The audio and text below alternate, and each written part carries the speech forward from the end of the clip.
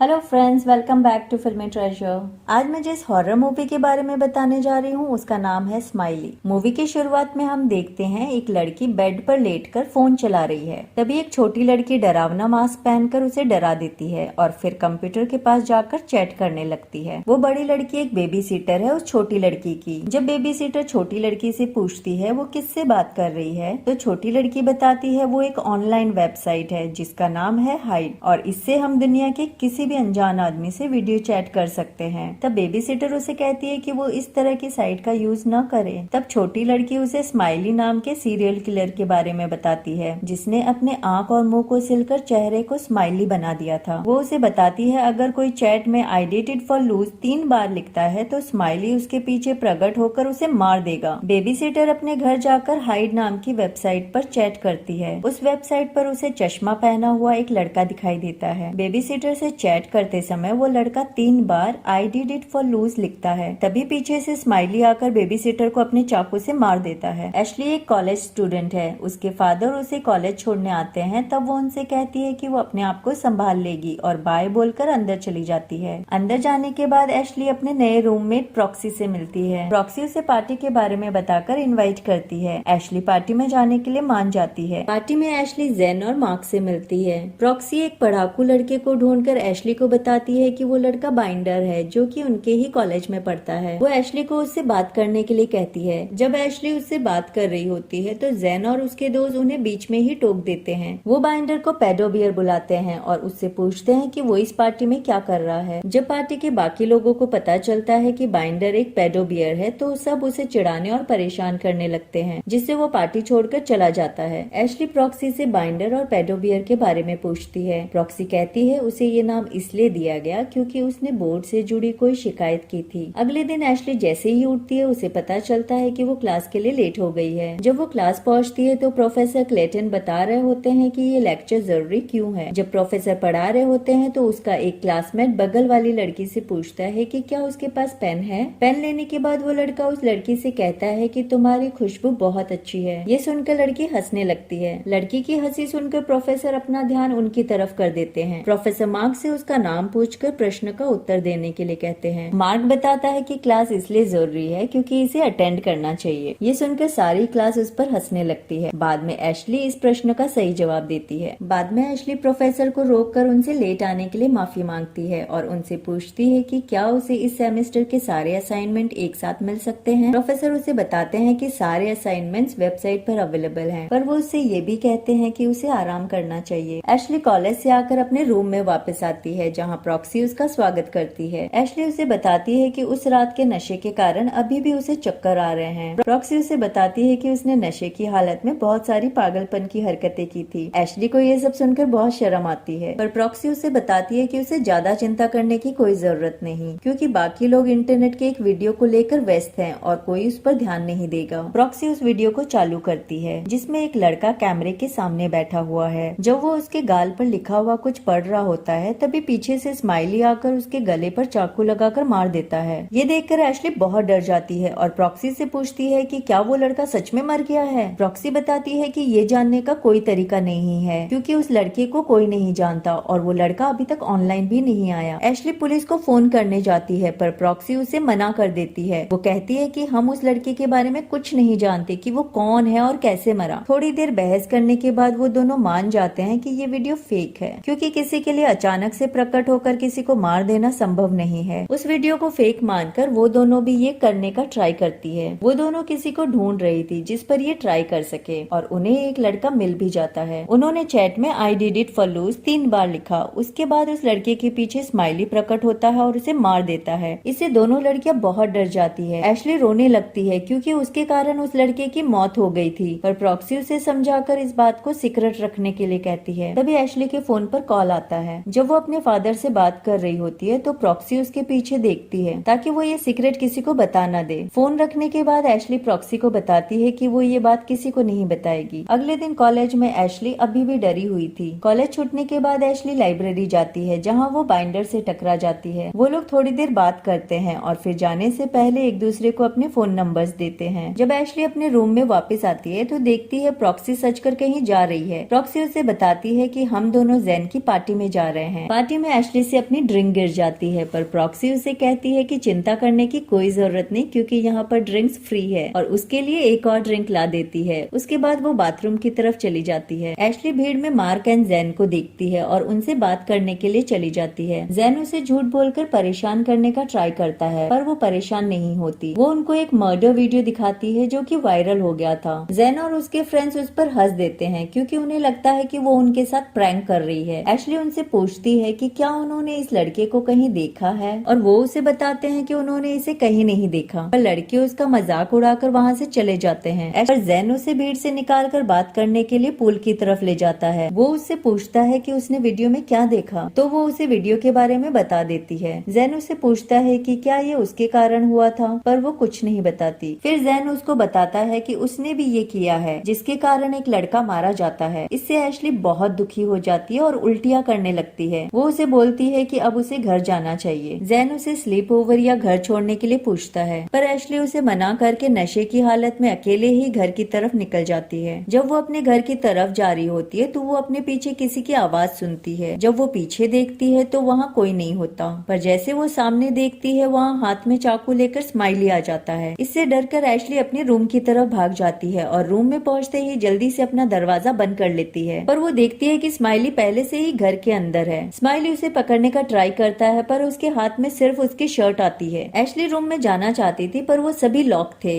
इसी समय स्माइली उसे पकड़ लेता है। वो चिल्लाकर नींद से उठती है। तभी प्रॉक्सी उसकी तरफ दौड़कर आती है और पूछती है क्या वो ठीक है। एशली उसे बताती है कि स्माइली ने उसे पकड़ लिया था, पर प्रॉक्सी उसे बोलती है कि ये सब सपना है। चिंतित होकर प्रॉक्सी एशली से पूछती है क्या वो कोई दवाई ले रही है। पहले तो वो मना करती है, पर फिर बोलती है अब नहीं लेती। अगले दिन वो साइकेट्रिस्ट के पास जाती है। साइकेट्रिस्ट उसकी घबराहट के लिए उसे कुछ दवाइयाँ लिख देती है। साइकेट्रिस्ट से मिलने के बाद वो प्रॉक्सी के साथ जैन को मिलने जाती है। वहाँ पहुंचकर उसे पता चलता है कि जैन एक हैकर है। वो जैन को समझाती है कि स्माइली कोई शैतानी चीज है। अगले दिन लेक्चर में प्रोफेसर सुपरनैचुरल फिनोमेनन के बारे में पढ़ा रहे होते हैं। एशली अपनी किताब में स्माइली का चित्र देखती है और वो उसे देखकर बहुत डर जाती है। वो उस चित्र को फाड़कर फेंक देती है। लेक्चर खत्म होने के बाद एशली प्रोफेसर के पास जाती है और सुपरनैचुरल फिनोमेनन के बारे में पूछती है, पर प्रोफेसर उसे बताते हैं कि वो बहुत जल्दी में है और वहाँ से निकल जाते हैं। जब वो कंप्यूटर लैब में अकेले रिसर्च कर रही होती है तब बाइंडर उसे आकर डरा देता है। वो कंप्यूटर की तरफ देखकर उससे पूछता है कि वो क्या ढूंढ रही है। एशली उसे स्माइली के बारे में बताती है। वो बताती है कि उसकी वजह से किसी की मौत हो गई है, और ये सुनकर बाइंडर भी चौंक जाता है। उसने उसे बताया कि उसने भी ये ट्राई किया था, पर उस समय कुछ नहीं हुआ था। एशली उसे समझाती है कि तुम्हें ये करने के लिए सचमुच उसे मारने के बारे में सोचना होता है। डरावने सपनों की वजह से एशली को रात में नींद नहीं आ रही थी। वो हाइट पर जाकर वापस चैट करने लगती है। वो वीडियो चैट में स्माइली को देखती है। वो स्माइली को समझने की कोशिश करती है, पर स्माइली उसे डरा देता है। तभी पीछे से प्रॉक्सी आती है और वो उसे ये सब करने से मना करती है। एशली स्माइली को अपने दिमाग से नहीं निकाल पा रही थी। थोड़ी थोड़ी देर बाद उसे स्माइली की आवाज आती थी और उसका ध्यान भटक जाता था। जब वो लाइब्रेरी में बैठी हुई थी तब ये आवाजें इतनी बढ़ जाती है कि वो अपना लैपटॉप टेबल पर मारकर तोड़ देती है। जब बाकी सब लोग उसे देखने लगते हैं तब वो उनपे चीखने लगती है। अब उसे लगने लगा था कि स्माइली सच में है और वो उसे मारने आ रहा है। वो इसकी शिकायत करने पुलिस स्टेशन जाती है, पर जैसे कि प्रॉक्सी ने सोचा था, पुलिस वाले एशली का बिल्कुल विश्वास नहीं करते। उन्हें लगता है कि उसे मेंटल हेल्प की जरूरत है और साइकेट्रिस्ट के पास जाना चाहिए, इसलिए वो उसकी कंप्लेन नहीं लिखते। इस बार जब एशली साइकेट्रिस्ट के पास आती है तब वो उसे स्लीपिंग पिल्स दे देती है ताकि वो ठीक से सो सके। उसी दिन एशली बाइंडर से मिलती है। बाइंडर उसे अपना पुराना लैपटॉप दे देता है। लैपटॉप देने के बाद वो दोनों किस करने लगते हैं। तभी वहाँ प्रॉक्सी आ जाती है और बाइंडर वहाँ से चला जाता है। प्रॉक्सी बताती है कि वो अपने पेरेंट्स के पास जा रही है ताकि वो इस झमेले से थोड़ा दूर रहकर आराम कर सके। वो एशली से कहती है अगर तुम बाहर जाकर एंजॉय करोगी तो तुम भी ठीक हो जाओगी। प्रॉक्सी उससे गले मिलकर बाय बोलती है। प्रॉक्सी एशली से वीडियो कॉल पर बताती है कि जैन अपना फोन नहीं उठा रहा है। पहले तो उन्हें लगता है कि जैन किसी लड़की के साथ होगा, बाद में वो लोग डर जाती हैं कि स्माइली ने तो कुछ नहीं कर दिया। प्रॉक्सी पुलिस को कॉल करने के बारे में सोचती है, पर एशली उसे मना कर देती है। एशली उसे कहती है कि वो और बाइंडर जैन के बारे में पता लगाएंगे। प्रॉक्सी उसे बाइंडर के साथ जाने के लिए मान जाती है, पर फिर भी उसे सावधान रहने के लिए कहती है। उसके घर पहुंचने के बाद वो उसका दरवाजा खटखटाकर उसका नाम पुकारती है, पर उसका दरवाजा पहले से ही खुला हुआ था, तो वो सीधे घर के अंदर चली जाती है। घर के अंदर बहुत ही अंधेरा होता है और कोई गाना चालू रहता है। एशली नीचे गिरी हुई टॉर्च को उठाकर इधर उधर देखने लगती है। उसके घर का हर सामान बिखरा हुआ पड़ा था। जब वो कंप्यूटर रूम में जाती है तो जेन को खून में लथपथ पाती है। तभी कंप्यूटर स्क्रीन पर स्माइली एशली की तरफ देखकर हाथ हिलाता है। गुस्से में एशली कंप्यूटर उठाकर जमीन पर पटक देती है। वो जमीन पर गिरी हुई बंदूक उठाकर भागने लगती है। घर की तरफ भागते समय वो 911 पर कॉल करती है, पर कॉल बीच में ही कट जाता है। वो अपने घर के अंदर जाकर प्रॉक्सी को बताती है कि जेन मर चुका है। प्रॉक्सी उसे 911 पर कॉल करने के लिए बोलती है, पर एशली मना कर देती है। इस कारण प्रॉक्सी चैट में 3 बार I did it for lose लिखती है। थोड़ी देर बाद दरवाजे पर कोई आता है और एशली उस पर बंदूक तान देती है। जैसे ही वो आदमी दरवाजा खोलता है, एशली उस पर गोली चला देती है। गोली लगते ही वो आदमी दरवाजे के पास गिर जाता है। जब वो दरवाजे के पास जाती है तो देखती है उसने गलती से बाइंडर पर ही गोली चला दी है। वो उसके बगल में बैठकर रोने लगती है और बोलती है सब कुछ ठीक हो जाएगा। तभी वहाँ स्माइली आता है और बाइंडर का गला काट देता है। ये सब देखकर एशली घर का दरवाजा बंद करके अपने रूम में भाग जाती है। वो दरवाजे के सामने बंदूक तानकर खड़ी हो जाती है, पर तभी वहाँ उसके पीछे स्माइली आता है। वो उस पर गोली चलाने का ट्राई करती है, पर उस समय ही बंदूक काम नहीं करती। तभी रूम का दरवाजा खुलता है और कई सारे स्माइलीज घर के अंदर आ जाते हैं। इतने सारे स्माइलीज देखकर एशली घबरा जाती है और खिड़की से कूद जाती है। वो सीधे जमीन पर गिरती है और उसकी मौत हो जाती है। वो सभी स्माइली अपने मास्क को उतारते हैं और पता चलता है कि ये सब एक नाटक था,